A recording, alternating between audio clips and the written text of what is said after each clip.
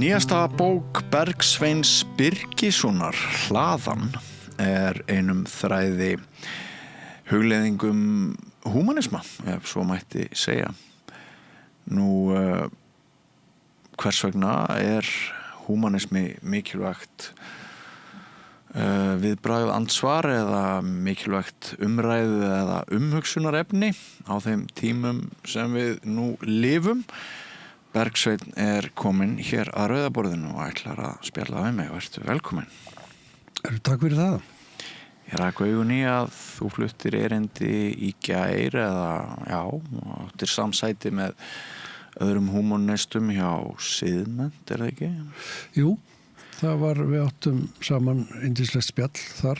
Þetta eru orðin bara nokkuð stór samtök hér á landi, samtök kommunista, ég held að sé 6.500-7.000 manns í þessu og ég var að velta upp svona einu og öðru sem að tengi stefni bókarinnar og þau höfðu áhuga á að ræða.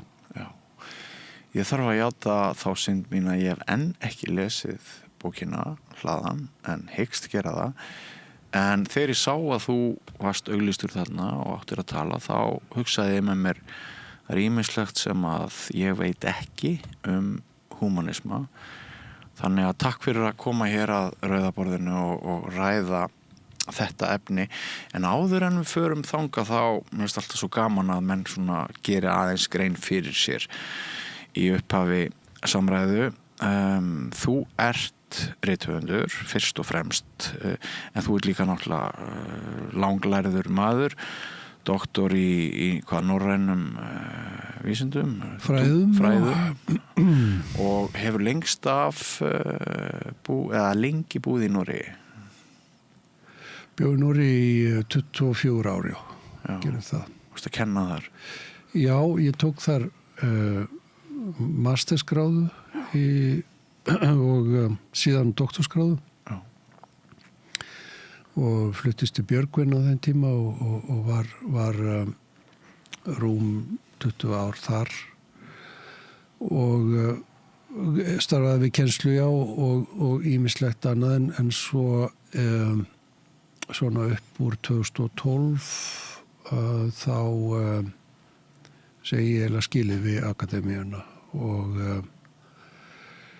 það nú langt mál að rekja það. Ég sjálf sér saknaðist mjög mikið, mjög gaman að vera með ungu fólki og kenna ungu fólki ef maður getur kennt í eitthvað. En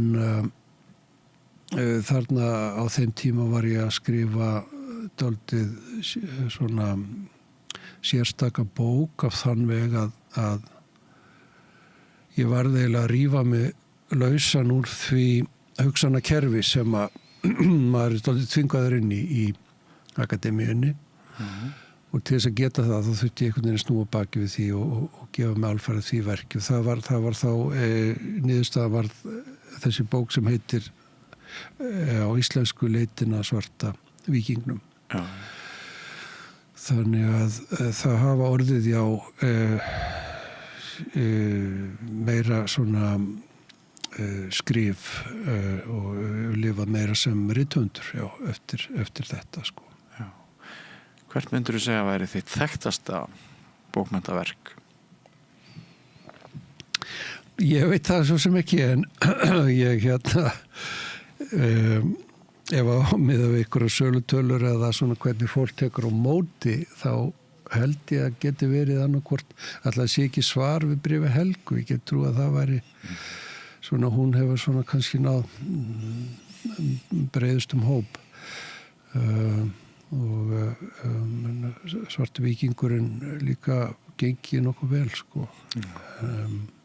En ég ekki því veru miður ekki þessi svo kallaði bestseller höfundur sko sem að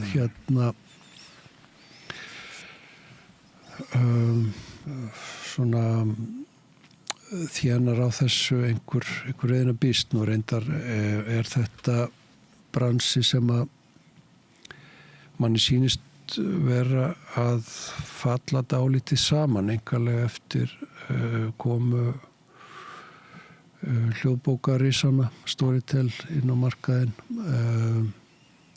Þá annað að það stöðugt verið að stela textum inn í gervigreindarforrit en eins og með hljóðbækur þá hefur þetta rýrt tekjur okkar höfunda kannski 80-90% sko. Það að segja. Viðbragði við þessu má til dæmis sjá ef maður hefur bókin í hönd, hlöðuna, að hún einungis gefin út á pappír.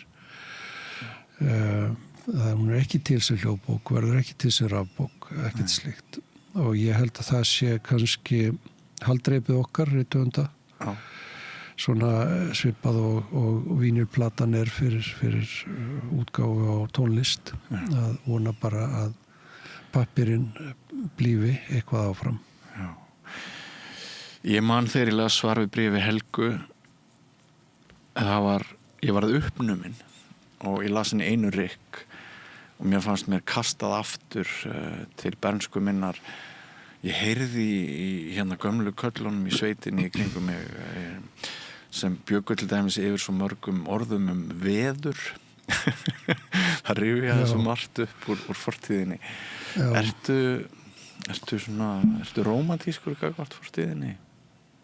Ég veit nú ekki hvort að mig kallaða það. Þetta nú mjög erfitt hugtak, rómantík. En það má kannski segja að ég virði fortíðina og hefur lært að gera það. Og það nú kannski einhverlega að það hefur tilkomið vegna þess að ég svolítið skólaður í þessum svokallaða lærdómshumanisma eða bókmenntalega humanisma sem að gengur af því sem forsendu að þú getur lært eitthvað af fortíðinni. Það að segja, í fortíðinni voru bæði til stórir einstaklingar og gagnmerkir menningarheimar sem voru jafnvel komni lengra en við í ýmsum hlutum og sem við getum lært af. Og þetta kannski svona hugsun sem að maður smám saman ávinnur sér við það að grúska lengi í gömlum textum eins og ég hef gert. Ja. Það að segja að maður sér að menningarleg þróun og þetta dálítið svona mikilvægt atriði og ég held að það sé ekkert vittlust að byrja bara þessu atriði hér. Menningarleg þróun, hvað það? Hvernig hún? Þá til svarið því og það kallast í einu nafni positivismi. Positivismi gengur út á það að í rauninni erum við alltaf að verða greindari, vitrari, fallegri, betri og sem þýðir það að gengna kynslóðir eru þeim mun meiri barbarar eftir því sem aftar sótt. Og menningarleg þróun innan positivisma gjarnan álitin sem svo að það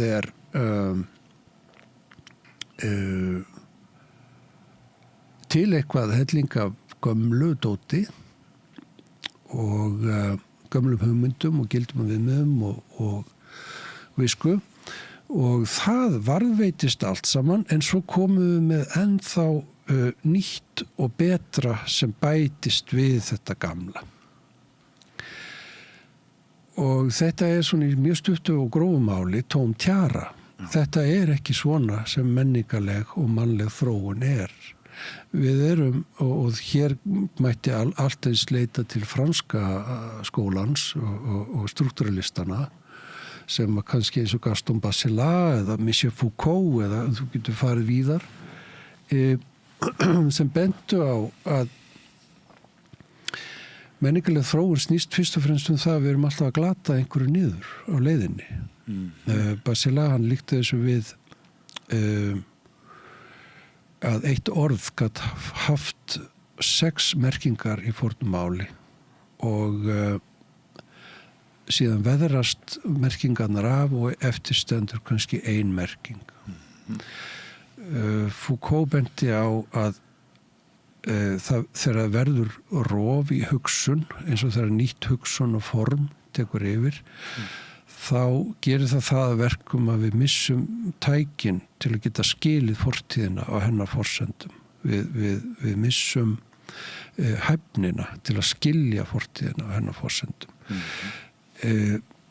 Þannig að þetta gríðarlega svona mikilvægt atriði og það þarf ekkert að leita langt. Við höfum náttúrulega þessa dýrlegu texta sem að ganga svona undir því nafni klassíska bókmenntir eða slíkt. Það getur verið grískt, það getur verið rómverskt eða eitthvað frá seinni tímum.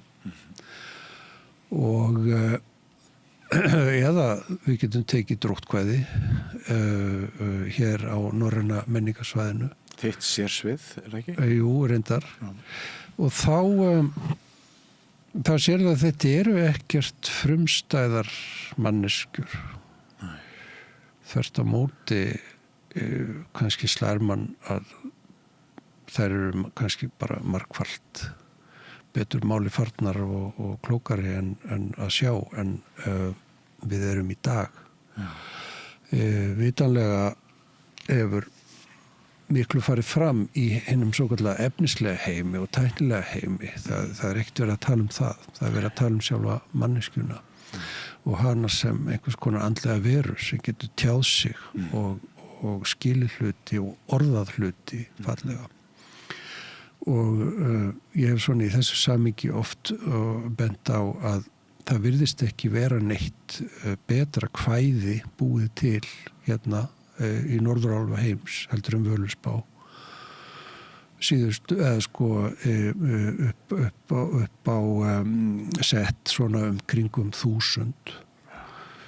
Við eigum eiginlega ekkert betra en það er ekki hægt að komast lengra. Við höfum aldrei toppað það.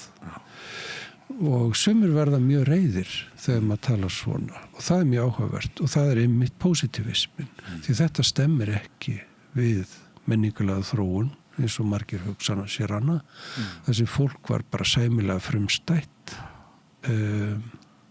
gætun heimskt barbarískt þegar við förum 1000 ára aftur í tímann en við hins vegar orðin svona margfalt betri og fallegri og vitrari og það er að segja við eigum við hér dálítið hættulega hugmynd hvað varðar positivisman á þann veg að ég held að þetta geti grandað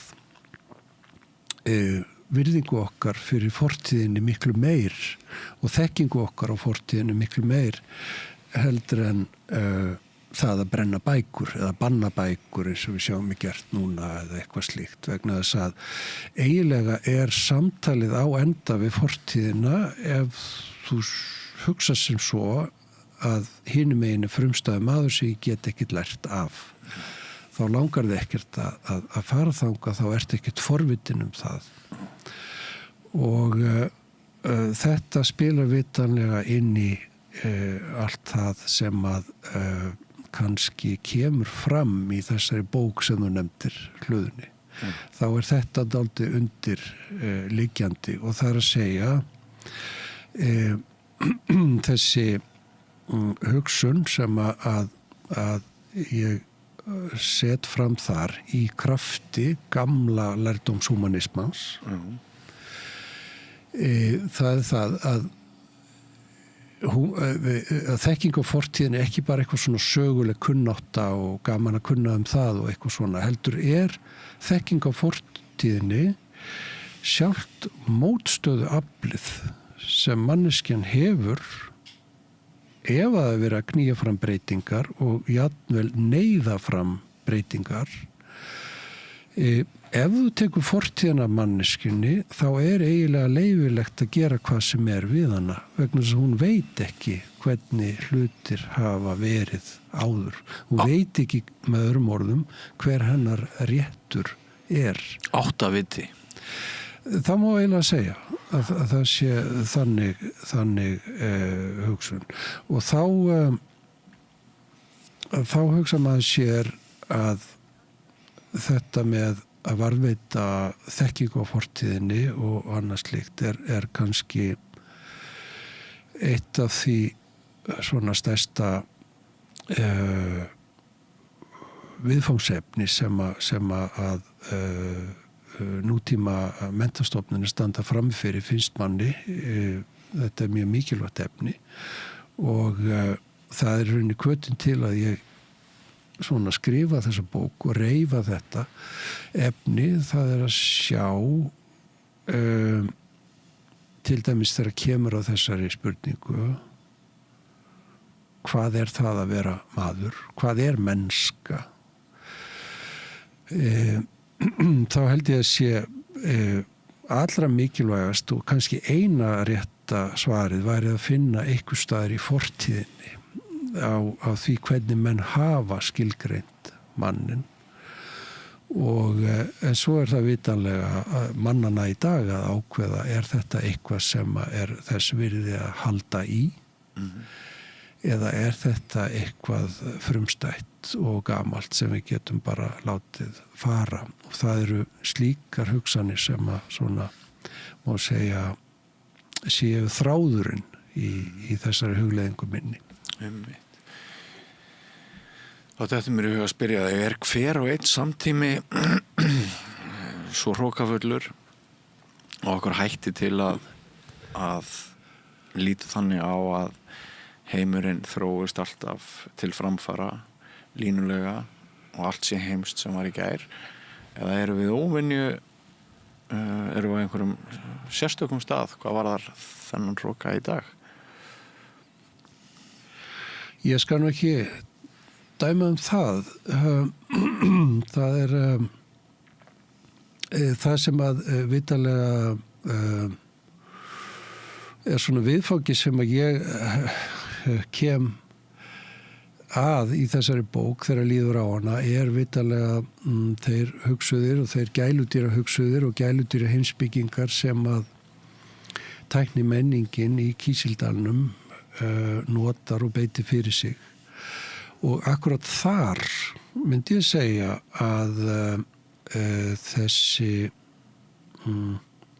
hroki sé mjög ábyrrandi á þann veg að það svona almennt viðkvæði eða þar má finna það sem kallað hefur verið afneitun hugvísinda, altså bara blönk afneitun hugvísinda og fleiri haft þá orði að það sé algjör tímaeyðsla að vera horfa til fortíðar vegna þess að þetta snýst allt framtíðina.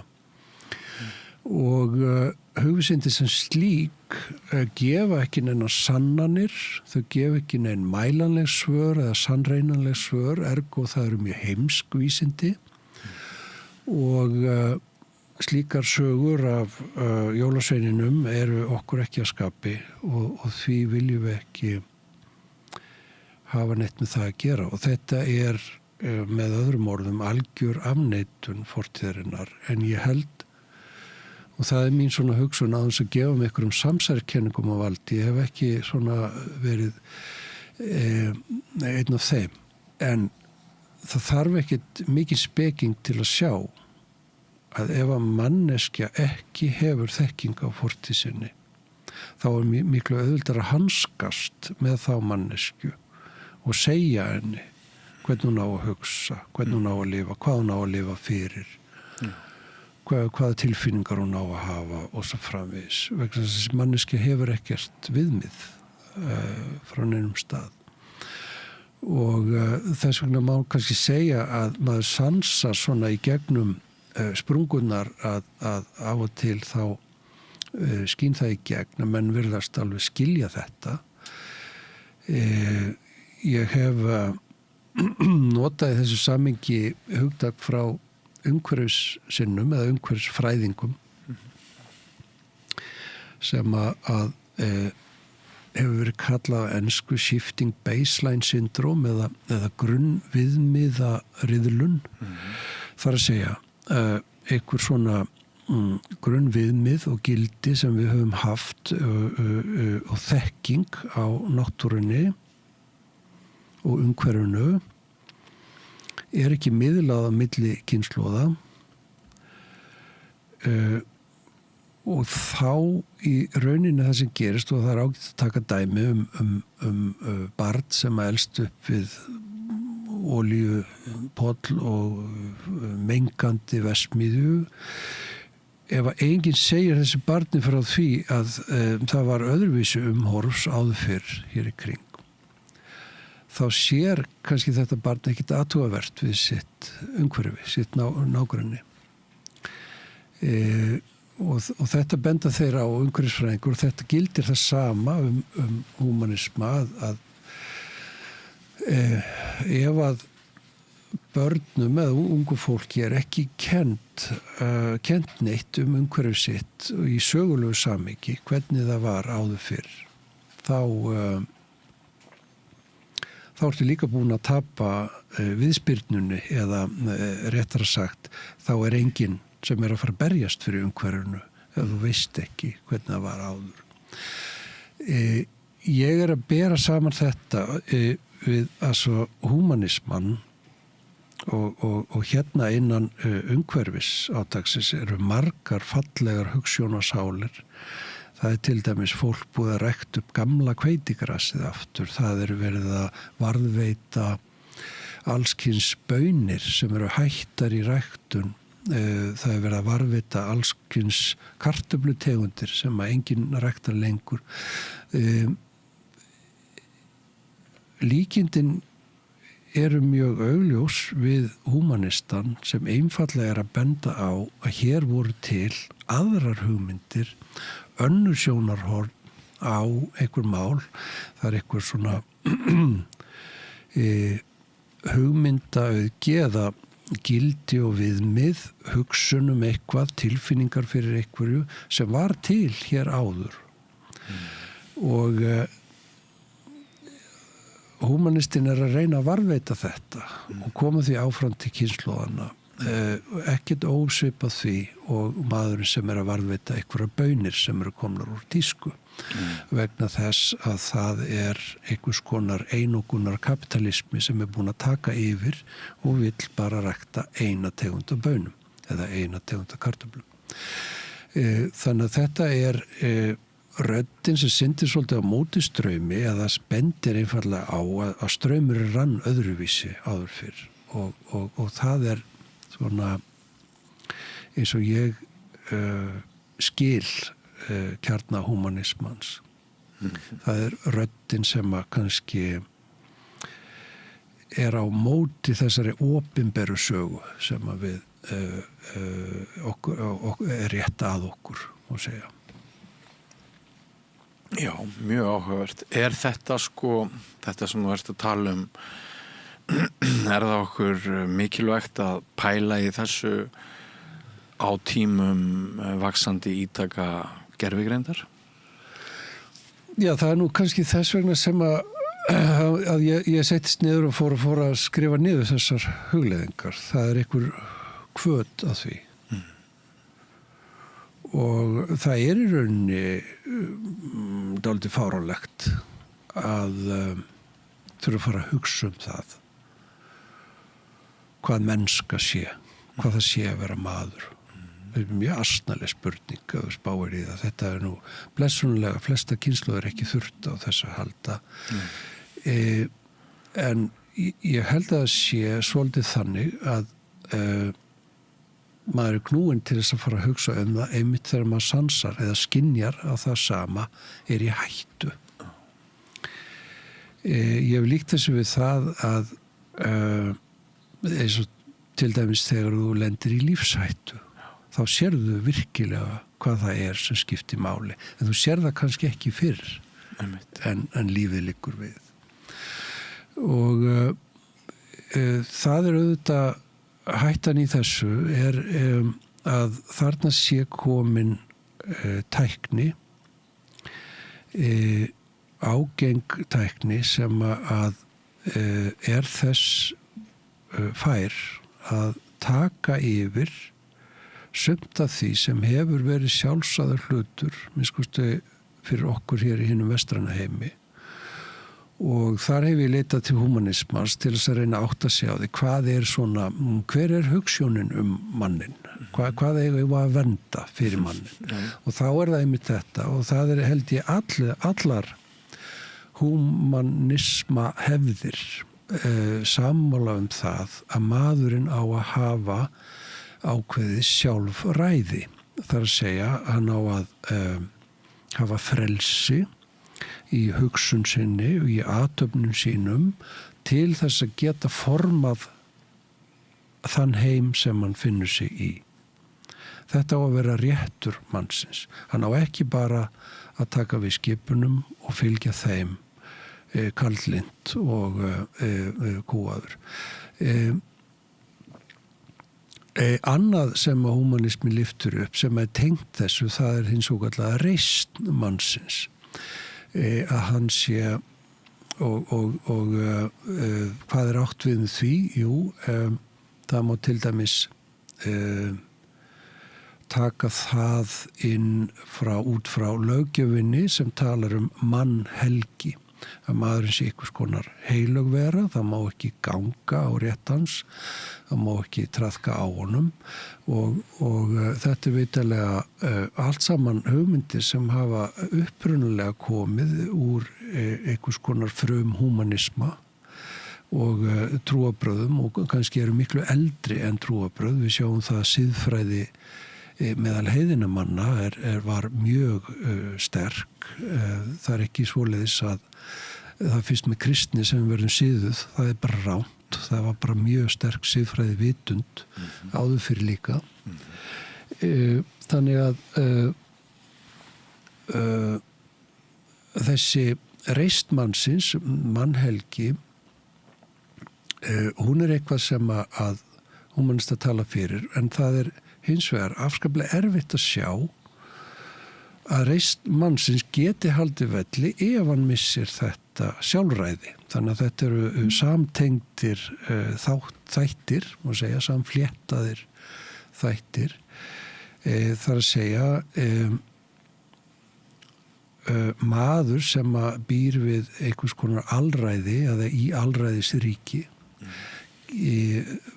er eiginlega maður þar sem að ríkið eða stjórnendundir í ríkinu eru búnir að velja fyrir hann hvað hann á að hugsa hvernig hann á að haga sér, hvað hann á að lifa fyrir, hvaða hugsun hann á að hafa. Það búið að leggja bretta allt út fyrir hann og hann má ekki leita út fyrir það. Þetta er afskaplega gömul hugsun mannin að þetta sé honum ekki fyrir bestu. Okay? Við getum leitað aftur í stjórnspekina, politíka eftir Aristoteles, þar sem hann talar þessi samfélög, þar sem er ólígarkar, þar að segja fámennisstjórn, engin millistétt og síðan líður eða alþýða sem að horfir með ótta upp til og öfund upp til fámennisstjórnarinnar en fámennisstjórnin horfir með vanþóknun og hroka niður á hina. Þetta segir til dæmis Aristoteles að sé ekki gott fyrir andlega velferð mannsins. Því að þarna hafi maðurinn mist mikið af sjálfræði sínu og reisn til dæmis og þetta sé óheppilegt vegna þess að þetta stuðlar ekki að vinsemd milli manna, hann orðar það svo. Ok, þannig að við þurfum niður í öll þessi gömlu hugtök og gildi sem að hafa fyllt manninum ærið lengi.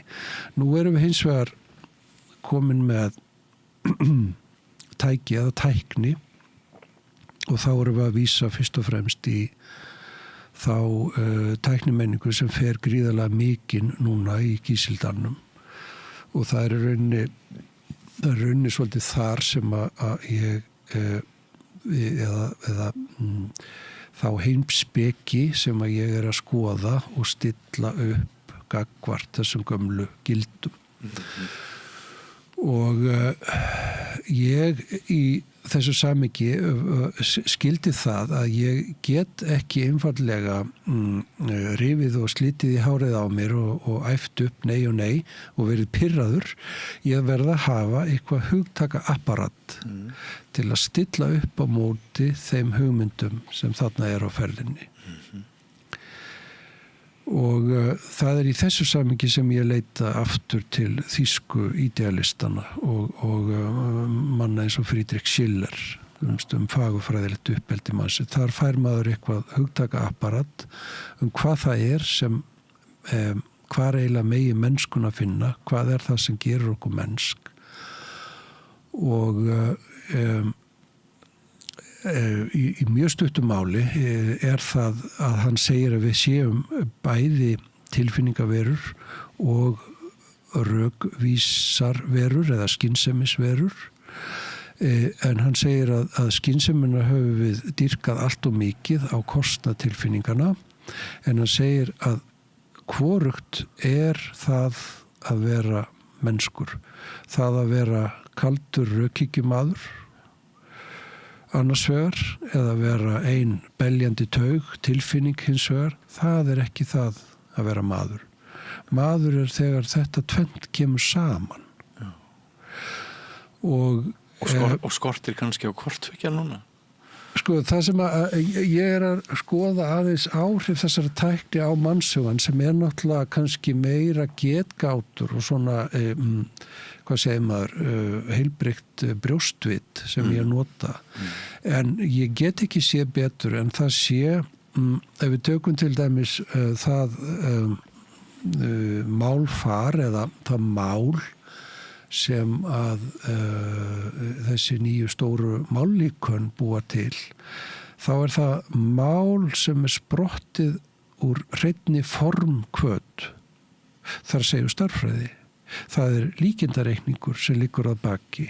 Það að segja textin sem að forritið innbyrðir kóðað, sett svo kallu tokens á hvert orð eða hvert svona bálk má segja, það geta verið fleiri en eitt orð. Síðan það kóðað hvernig þau standa í innbyrðis tengslum og það líkindareikningur sem fær mállíkanið til þess að segja þér að þegar þetta orði komið þá mjög líklegt að þetta verði næsta orð og þetta næsta og svo koll af kolli. Formkvöt, þetta hrein skynsemi, þetta stærðfræði mál sem við sjáum þarna. Ég bendi hins vegar á að til dæmis þegar þú ert í samræði, við erum að ræða saman og við ætlum að segja eitthvað og þú finnur þig knúin til að þú verður að segja eitthvað. Hvar byrjar þín hugsun eða hvar byrjar þín yrðing, má segja?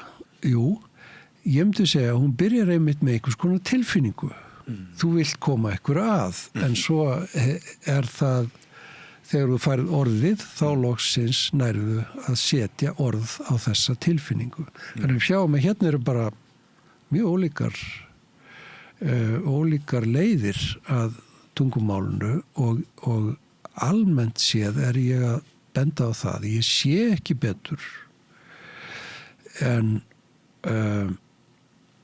þau tækniforrit og þá ég meðal annars líka að taka fyrir gervigreindar spjallforrit og jafnvel það sem að þú farið eignast kærustu eða kærasta og svo framvegis og reyna að sjá áhrifin af þessu og þá til dæmis mjög áhugavert með gervigreindar spjallmenni sem að til dæmis við gætum talað þá innan þess geira svo kallu nándarforrit. Þetta gríðarlega vaxandi bransi núna.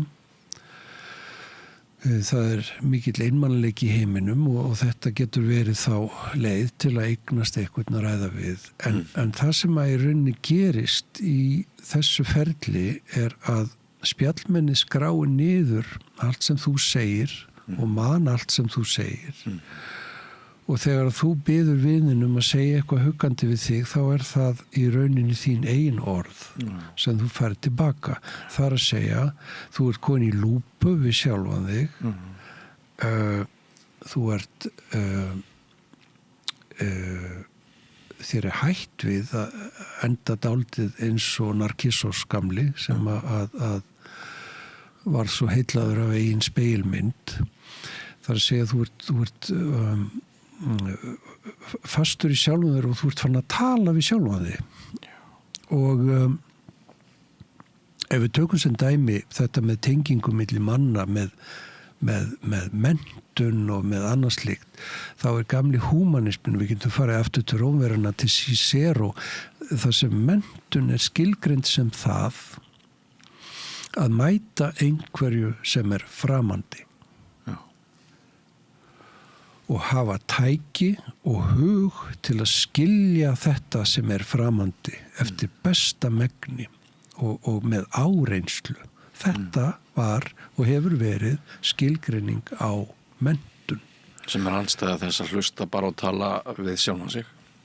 Já, sem svolítið andstæða þess og hérna ég vitanlega líka að vísa í þessa svokölluðu bergmálshella, það sem að þú á í rauninni sama hátt færð það sem að algrímið eða algoritminn sér að þú hefur áður heimsótt eða sagt, færð það matreitt aftur og þar með ferð að lokast inni. Þannig að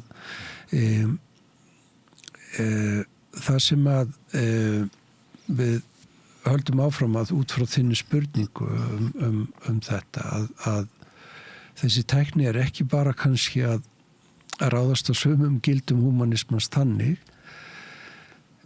heldur við núna í rauninni bara við einhverja dögun þessara tækni. ChatGPT-4 verður örugglega bara úrelt, bara morgun eða hinn og komið eitthvað nýtt og ennþá betra. Og það sem og hér ég að vísa í til dæmis fræðimenn sem og lögfræðinga sem hafa fengist við gervigreind síðan 1980. Þetta fyrir alla muni ekki ný tækni. Og þar má meðal annars nefna þess að svokölluðu agentic AI, þar að segja sjálfráð gervigreind, ekki bara það að gervigreindar forrit geti farið að tala saman sín á milli, heldur getur gervigreindar forrit farið að ákveða ýmsa hluti í okkar efnis heimi án þess að við höfum nokkuð tækifæri til að ráða yfir því. Forritið orðið svo kröftugt að við höfum ekki forsendur til að skilja þær ákvarðanatökur. Þetta vitanlega löggjöf eins og svo evrópska AI Act sem að reyna að sporna við þessu, en þetta ákaflega erfitt efni. Það sem að til dæmis Richard Susskind sem að ég vísa svolítið í þarna í bókinni nefnir og óttast mest, það þessi svokallaða almenna gervigreind, Artificial General Intelligence, sem að ekki má rugla saman við gervigreind. Hann segir að hún fari að koma svona upp úr 2030 og mjög óttafullur vegna þess að þar segir hann að sé tækni að ræða sem að sé svo margfalt betri en maðurinn og mannshugurinn til að leysa úr öllum þeim málum það sem mannshugans hefur þarnast við. Já. Þess vegna sendir hann út ákall til bara allra fremstu hugsaða heimsins, bara að fara í málið að reyna að búa til einhverja löggjöf til að vernda okkur gagnvart þessu sem allra fyrst. Það að segja, það sem ég að segja hér, talandi alræði áður og þetta með sjálfræði mannsins og reisn, það komin tækni, það eru komin einhver tæki og ég að taka á þessu sem einhvers konar leikmaður sem bara einn af mörgum sem að ef maður hugsar aðeins áfram þetta að sér að það eru ýmsar hættur sem þetta býður heim. Það komin þarna tækni sem getur auðveldlega og þegar kannski byrjuð smátt og smátt en getur auðveldlega ef ekkert sporna við og ekki hugsað að sporna við tekið af okkur þetta sjálfræði sem að hefur verið kennimerki fyrir sín á mannin sem veru og hvaða hugsjón á að hafa hann. Það að segja þetta sjálfræði og mannleg reisn. Nú skulum við pröfa að taka það burt. Við tökum burt sjálfræðið, ég ræði ekki hvað ég segi, ég ræði ekki hvernig ég hugsa, mannleg reisn farin burt, ég daufur þræll fyrir einhverja aðra eða önnur kerfi. Jafnvel á þess að vita það sjálfur. Á þess að gera mig greið fyrir sjálfur kannski. Hvað þá eftir? Jú, kannski þessi líkami, hann eftir. En málið að svona í ræðu og riti þessar svokölluðu transhumanista sem að ég þá enda bókina á að skoða svolítið þeirra hugsun, þar á reyndar að sundra líkamann og líkaminn á að renna saman við vélina. Þetta hinn svokallaða singularity hypothesis, þar að segja samruni manns og vélar. Við eigum að verða eins konar sæborgir eða simulantar og kannski meira minna eilíf og þá spurningin sko, þá kannski afskaplega lítið eftir sem að hefur tengt okkur við gamla mannin og þessna verðt að athuga sko, eitthvað verðt að búka upp á þessa gömlu sköpun, þetta gamaldags lífsform sem manneskja Margir transhumanistar benda á að þetta mjög ófullkomin skapnaður manneskja.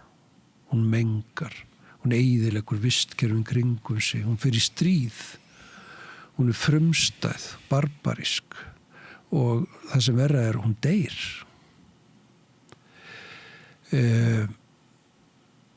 Það vilja líka transhumanista koma í veg fyrir. Það að segja að þú getur einhvern veginn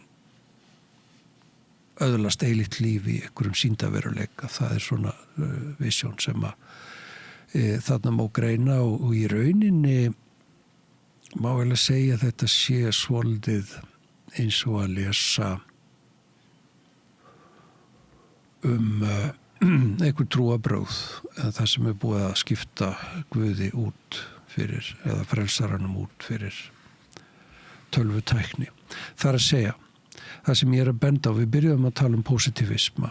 Positivismi, það framfara trú og hérna að ræða alltaf þessa svokölluðu sem ég kalla blinda framfara trú á að tæknin sé alltaf góð, muni alltaf leiða til góðs, muni alltaf gera okkur betri. Og þessi blinda framfara trú vitanlega afskaplega hættuleg og annað það að þeir sem kannski predika hvað mest og láta hvað hæst í Kísildalnum, þeir hafa ekki neina þekkingu á fortíðinni og finnst það algjör óþarfi.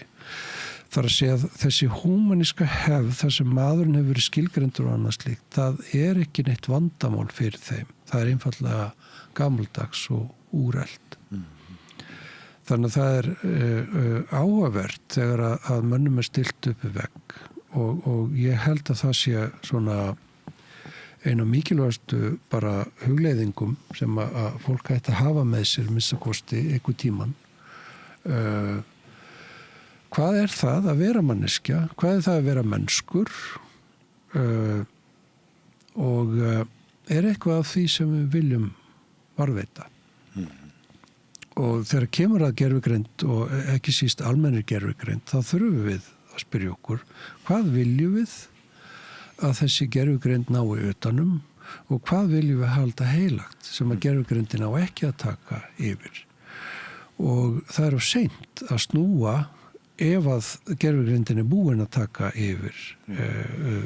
Og hér nefni ég dæmi og ég byrja reyndar í samfélagsmiðlum í bókinu og fer þaðan yfir í gervigreind en það má kannski segja að þessi svokallega samfélagsmiðla tilraun hún sýni okkur dálítið hvað er erfitt að vinda ofan af grein. Þetta er auðvitað frábært tæki, allt það, gaman að því en kannski veruleikin sem við sitjum uppi með þess á að það er orðið engin annar vettvangur fyrir samræðu en einmitt bara á þessum vettvangi. Okkar samskipti í aðdraganda þessa viðtals og samskiptið inn í morgun við mig. Nákvæmlega. Allt gegnum samfélagsmiðl. Það er dálítið skeri. Það er svolítið skeri, já. Finnst mér en ég fagnaði leið að hérna það er vel skynjanlegt og verið að skrifa ýmislegt hérna analógísku trend núna að kannski kemur vonin alltaf frá ungu fólki. Ég held að vonin sé alltaf þar og það er kannski farið að læra að meta betur að það er ýmislegt fleira til í þessum heimi en að vera online og það til eitthvað alvöru. Það getur komið viðbragð og allt slíkt en það sem ég var að benda á er sem sagt að þegar þú ert farin að gagnrýna samfélagsmiðla á samfélagsmiðlum og þá sérðu hvað allt er orðið fastlæst og það sem ég segi ef að við bara fljótum áfram og sportum ekki við og löggjafarvaldið nær ekki að sportna við og gervigreindin hefur tekið yfir eitthvað svæði og hérna þá getur orðið mjög erfitt að snúa með það og bara til að undirstrika en að síðasta part með það að vera manneskja og kynnast í rauninni þessu krafti og sem býr í okkur og í rauninni fortíðinni sem býr í okkur, hvað sem við viljum betur eða verð líkar það betur eða verð að eins og humanistinn segja það verður að vera einhver áreynsla, þú verður að leggja á þig eitthvað til þess að komast eða hvað segja verða mennskur og verða menntaður.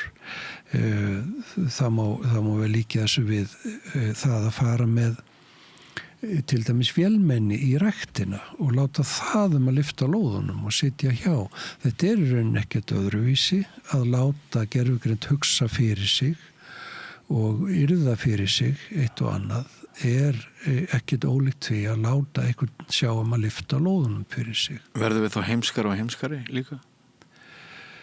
Það er rannsóknir sem hafa verið gerðar. Þetta er auðvitað, gervigreindin er svo ný, þar að segja þó hún sé ekki ný tækni, hún er gömul tækni en þessar fáu rannsóknir sem eru til þar, samfélagsmiðlar eru til miklu betur dekkaðir. Við vitum neikvæð áhrif þeirra. En þessar nýjustu rannsóknir sem ég miskusti leita og þar er annars vegar tekið það fólk sem að notar mjög mikið gervigreind kundags til að leysa úr ýmsum áskorunum og vandamálum og hins vegar fólk sem ekki gerir það. Og það sýndi sig og þurfti kannski ekki stóran speking til að þeir sem eru vanir að reiða sig á gervigreind áttu erfiðara með að leysa sæmilega flókin verkefni. Já, og til að skilja sjálf okkur, til að geta mætt nýjum tímum og nýjum áskorunum, þá verðum við að þekkja fortíðin og við verðum að kunna að leita að svörunum, ekki síður í fortíðinni en í samtímanum.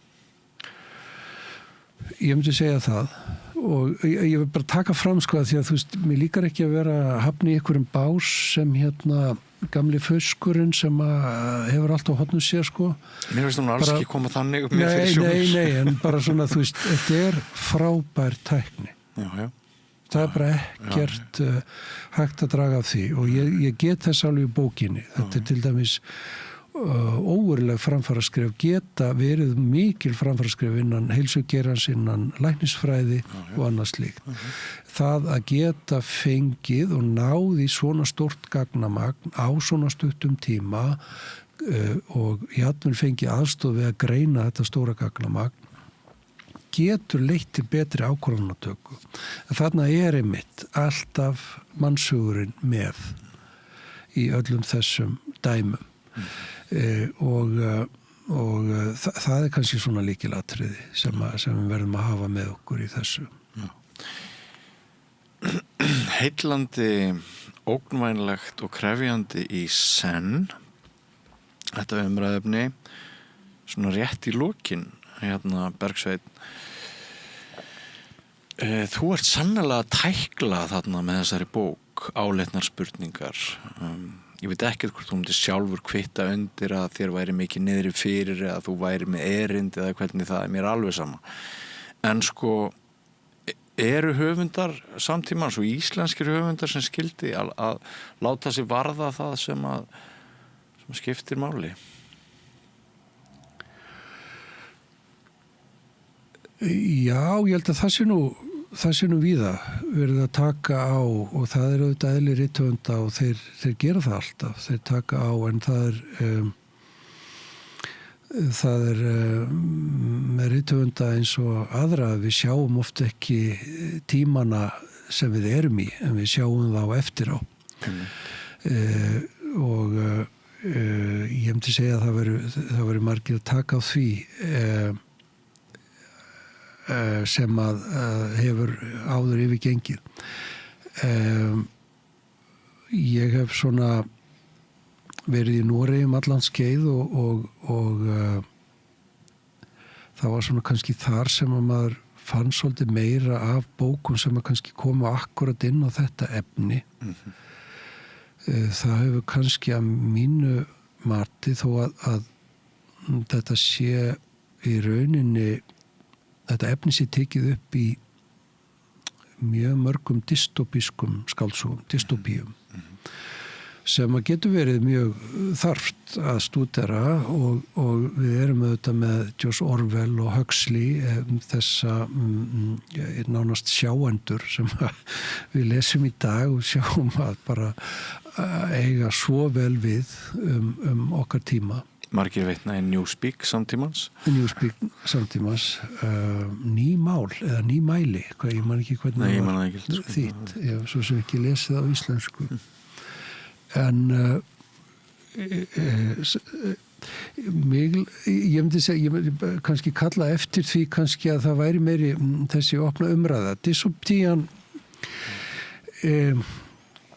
hún myndi segja að þar allt garð gengið og þar búið að ákveða, þar kannski jafnvel tækni búin að taka yfir og svo framvís og þar manneskjan búin að tapa þannig að ég myndi segja að það væri of seint þannig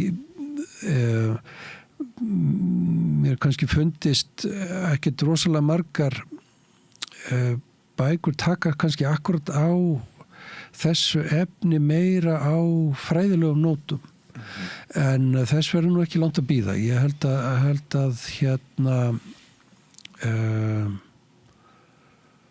það mun nú koma því en ég segi það dálítið eðli rithöfunda þeir þurfa smá tíma til að melta hlutina skiljanlega og ég hef kastað fram þessu hér sem leikmaður. Ég ekki sérfræðingur hvorki í tölvunaverkfræði, líftæknifræði né eiginlega sérfræðingur í húmanisma heldur og ég er ekki heimspekingur. Ég er með öðrum orðum ekkert rosalega vel útbúinn til að takast á hendur slíkt. Það er meira svona mín siðvitund og mín minn svona köllun sem manneskja bara að reyna aðeins að átta mig á hvað sé í gangi og hvert við stefnum. Og ég myndi fagna hverri þeirri bók og stúdíu og grein sem að hérna fær okkur til að skilja aðeins betur það og það er svona orðið dálítið aðkallandi að við förum aðeins að ræða þessa hluti, myndi ég segja. Eins og við erum að reyna hér? Eins og við erum að reyna hér. Vonandi taka hlustendur og áhorfendur viljan fyrir verkið, en mér hefur allavega fundist mjög áhugavert að heyra þig á tiltölulega fá mínútum reyna að forma mjög flókna hugsun og gert það skýrt í mín eyru og ég er þið mjög þakklátur fyrir komuna. Ertu ekki á leiðinni svo norður á Strandir? Er það ekki þitt heimili? Jú, það er mitt heimili, reyndar þá það er nú svo merkilegt, ég kemur þetta rauðaborð hér og þá er ég alltaf leiðinni norður á Strandir, það er mjög skemmtilegt að nefna það. Þannig að, ég reyndar nú setjum partinn á leið þangað. Þú finnur þig vel í kyrðinni? Já, ég kann mjög vel við það. Er þetta flótti frá dystopíunni sem við erum farið? Ég vil nú ekki kalla það, en það má vera, það sé flótti, stundum þar maður kannski tíma. Ég er kannski ekki fara að búa þar til eilíðanúns, en mér finnst þetta mjög áhugavert. Ég hef kallað þetta svolítið mitt valden, það er að segja mínar óbyggðir og ég held að það sé ákveðlega hollt og mér finnst það mjög áhugavert að vera svona på sjálfum sig komin svolítið. Og ég hef nú alltaf verið svolítið landsbyggðarmaður í mér. Finnst það alltaf kunnað vel við mig þar. Tengi við það. Bergsveinn Birgisson, kæra þakki fyrir komuna. Takk fyrir mig, kærlega. Og þakka ykkur hlustendur og áhorfendur kærlega fyrir samveruna í kvöld. Þakka öllum viðmælendum, tækni fólki og ekki síst ykkur sem miðlið efni samstöðvarinnar á þessum stórhættulegu samfélagsmiðlum sem vorum aðeins að ræða. Mér langar líka að benda á það að ef þú hefur velt í fyrir þér að gerast áskrifandi að samstöðinni en hefur ekki komið í verk, þá er fyrir aðeins 2.750 krónur á mánuði hæg heimatökin að heimsækja vefsíðu okkar samstöðin.is og það er hnappur ef þú skrolla niður og það sem ástendur áskrift og lítil fjárhæð fyrir þig hver mánaðamót, 2.750 krónur, en í krafti fjöldans getur þetta haft allt með það að segja. Við höldum áfram að ræða við mann eins og Bergsveinn og veltum fyrir okkur álita efnum samtímans frá morgni til kvölds, vonandi í ykkar þáu. En ég heiti Björn Þorláksson og takk fyrir samveruna. Verið sæl. Segðu það á Samstöðinni. Samstöðin er í eigu hlustenda, áhorfenda og lesenda.